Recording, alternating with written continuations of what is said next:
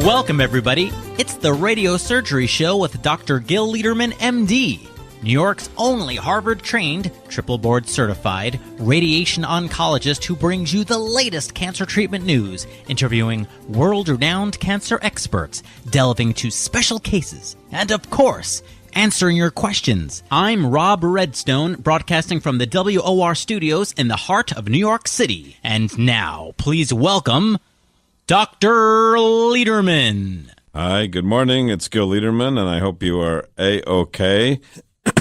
We're here at the Radio Surgery Hour. We're here talking about how to have a better life, how to live better, how to live longer, how to be healthier, how to have better cancer treatment and medical treatment.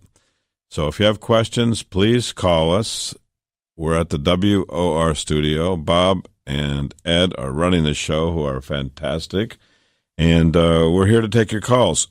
There's lots to talk about today, so I don't want to hesitate. If you have questions, our number is 1-800-321-0710, 1-800-321-0710. That's the number for the hour if you have questions.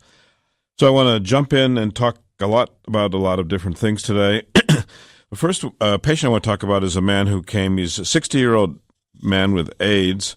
He has AIDS and hepatitis C. Well, you can say, wow, he's a sick guy. But no, he's a biker. He's an athlete. He's really been very, very healthy.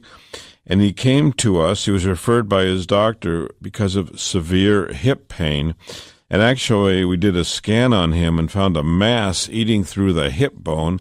The mass, now, if you ever spend time in Chicago, there's something called a Chicago softball, which is bigger than a normal softball, baseball softball, but smaller than a soccer ball, if you have that in mind.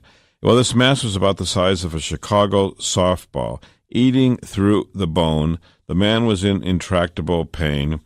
Finally, he got sent to us, and we immediately, this pain was not relieved by narcotics, by the way. He's taking all kinds of pain medicines. It just wasn't helping because the cancer was eating through the nerves, eating through the bone. This is the kind of work we do. And we do it with focused treatment. So with radiosurgery, we're able to hit the cancer, not hurt healthy tissues. The immediate surrounding tissues are tissues like the rectum, the colon, the intestines, the small bowel, the bladder. No, you don't want those things radiated. You want the cancer radiated. And with radiosurgery, we can just hit it in a few treatments, and the success rate's very high.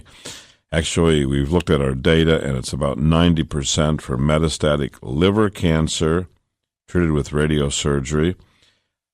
So this man most likely is going to do great. He had his first treatment Friday, just before the weekend, and he's going to get treated again on Monday. And I will report back to you on how he's doing, but most probably, and that's the beautiful thing about radiosurgery, is most probably we have good news to report to him, and we can have good results, therefore, reported to you, which we will do as the time goes on. There's an article in the Dow Jones this week talking about Medicare reducing hospital payments. Well, Medicare is like the government insurance plan for certain Americans. They're going to cut payments to hospitals to 2,610 hospitals, 3/4 of the hospitals eligible, because too many patients are getting readmitted within 30 days. So what they're doing, Medicare's doing, is if you're hospitalized, yeah, they'll pay for that hospitalization, most likely, hopefully. But if you get readmitted for a complication within 30 days, whoops, they're going to take it as a penalty against the hospitals. Now, these hospitals that are getting penalized include top academic hospitals, even small regional hospitals.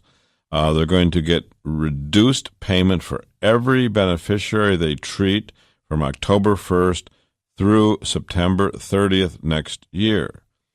So what the penalty is going to be? Well, in some, it's going to be 1/100 of 1%, but 39 hospitals are going to get the maximum cut, which is 3%. And 500 hospitals are going to lose 1% of the Medicare payments for everything they do. And Medicare is going to save about $428 million. This is a way of telling hospitals, don't get people in and out before they're ready to go home. Sometimes hospitals, as many of you know, send people home before they're ready. Of course, I would say it's better not to be in the hospital. Our treatment is all outpatient. You sleep in your own bed every night. And outpatient means you're not exposed to all those germs and bugs and noisy corridors and all the other things that one associates with a hospital. Now, of course, there's some good things in the hospital. And as Eisenhower said about Nixon, give me a week to think about what they are. We had a man who called me, innumerable times last weekend. He and his father called. He's a 44-year-old man. He came in this week.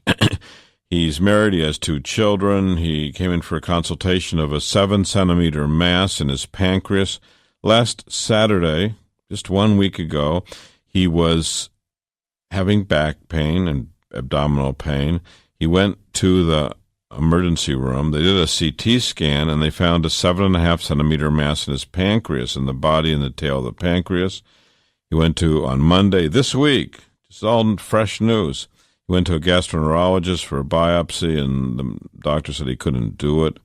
Usually a gastroenterologist biopsies the pancreas. They go down the mouth into the esophagus and the stomach, and then with an ultrasound and an endoscope, put a needle into the pancreas. This doctor couldn't do it. So the man came to us, and within 24 hours he had seen me, got a full history, arranged for staging, so we know exactly what's what, and got a biopsy, and got cancer markers.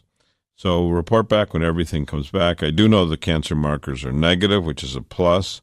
I do know that there's a mass that's 7.5 centimeters in the pancreas and the tail of the body and the tail of the pancreas. The man kept talking about a Whipple procedure. Well, Whipple was a physician who tried to do surgery on pancreas. So guess what? The survival rate is if the surgeon goes in, does a Whipple procedure for pancreas cancer. So he goes in, he does not see any spread of the cancer, he does surgery, he or she, and what's the average survival? Well, it's only 15 months. So most probably either the cancer is not being found early enough, or the doctor is spreading the cancer when they operate, or both. So it's interesting news. This is talking about pancreas cancer. This is a 44-year-old, pretty healthy man. He's about 260 pounds, working, wife, kids, parents, loving family. And, of course, he wants the best treatment to be cancer-free. So the good news is the cancer markers are negative. The PET scan does not show any spread. We're waiting for the biopsy report, and we'll get back to you. But of concern is the fact that some people want to do surgery, and the average survival of surgery is only 15 months, whereas we're able to control pancreas cancer where we treat it, whether it's in the pancreas, liver, lymph node, with a local success rate where we treat it of about 90%. So it's quite different. Our work is all non-invasive. There's a frame that's custom-made for the patient. It's painless. There's no claustrophobia, usually just a few treatments. There's a new article in the New York Times this week written by Gretchen Reynolds, and the title is How Exercise May Protect Against Depression. So exercise is known to safeguard the mind against depression, but was never known exactly how. Now, there's a new study with mice, and there's ways that you can stress even mice. So it's not only us that are going nuts in this crazy world. Mice can be put in enclosed spaces or forced exercise, and they can actually show signs of depression. They start seeking out sugar solutions.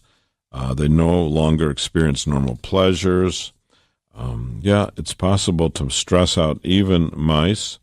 And the doctors made pre-exercised mice that were bred, so they have a special kind of muscle with an elevation of a certain enzyme called PGC-1 alpha, and then they tried to extrapolate to human beings. And the researchers, as Gretchen said, wrote that these findings are relevant to people. The researchers had a group of adult volunteers complete 3 weeks of frequent endurance training consisting of 40 to 50 minutes of moderate cycling or jogging. And then they did muscle biopsies before and after. and they found that after 3 weeks, the volunteer muscle cells contained more PGC-alpha, and the substance that breaks down a particular enzyme, than at the start of the study. So it suggests that if you are getting depressed and you exercise, you may be protected by exercise. So healthy news might be useful for you. What do you have to lose? Probably not too much. What do you have to gain? Probably you'll fit in your clothes better and feel better and be happier. So why not? And another patient who came in this week, a 67-year-old black man. And again, I talk about black patients with prostate cancer because we know the mortality rate is double. So this man had a tongue cancer treated in 1997, and now he was diagnosed with prostate cancer in 2012 with cancer and is yet to be treated. And that is the main issue in the black community, these long delays between diagnosis and treatment. Many people believe, many researchers believe that the long delay is causing excessive mortality. And here's a case in point. Let's learn from it. There's no reason why the black community needs twice the death rate from prostate cancer. This man has waited 2.5 years for treatment.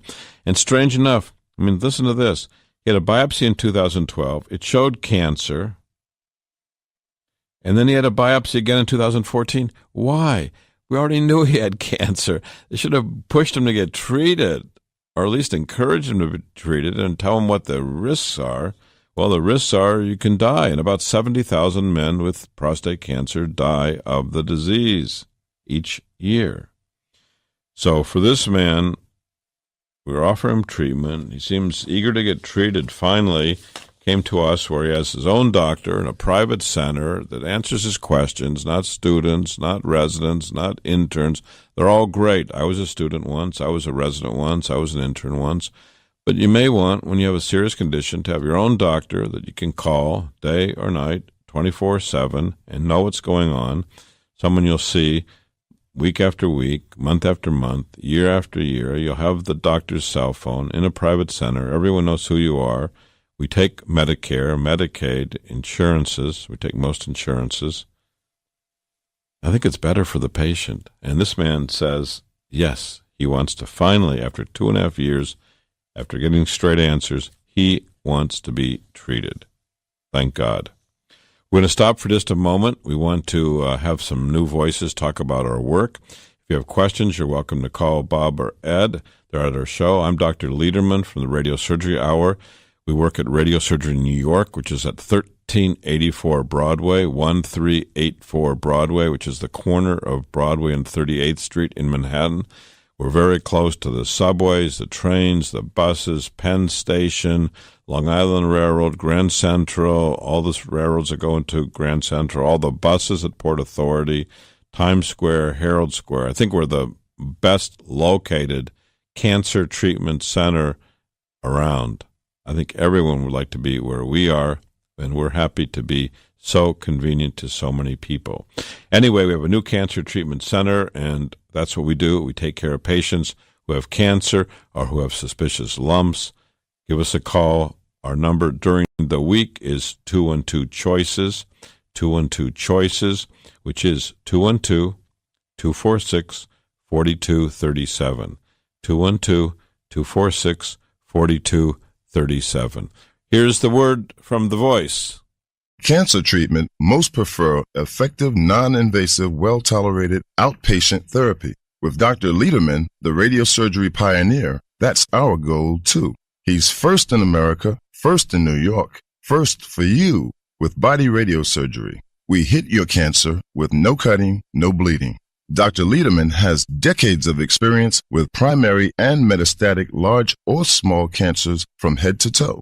Cancer treatment with possibly a second chance for you, even if chemo, radiation, or surgery didn't work or isn't tolerated. Our goals are best results and quality of life. Meet Dr. Lederman to hit the cancer. For a free booklet DVD, call 212-CHOICES, 212-CHOICES for a fresh second opinion. Most insurances, Medicare, Medicaid, accepted. Not only super convenient, super. Broadway and 38th in Manhattan. To hit your cancer, see Dr. Lederman, 212 Choices. With Dr. Lederman, the best prostate cancer treatment is custom tailored for you. Each man with prostate cancer is unique and seeks the best results based upon PSA, Gleason score, and stage. That's why Dr. Lederman's custom tailored prostate cancer treatment is most logical. Not every man should get the same treatment. Dr. Lederman's custom prostate cancer treatment is all outpatient. Our goals are your best results, avoiding radical surgery, maintaining your sexual and urinary function, and your life. Most insurances, Medicare and Medicaid accepted. Call Dr. Lederman at 212-CHOICES, 212-CHOICES for a fresh second opinion and free booklet DVD. Not only super convenient, super in Manhattan, 38th and Broadway. To hit the cancer, call Dr. Lederman, 212-CHOICES. Cherish your life. Custom prostate cancer treatment with Dr. Lederman, 212-CHOICES.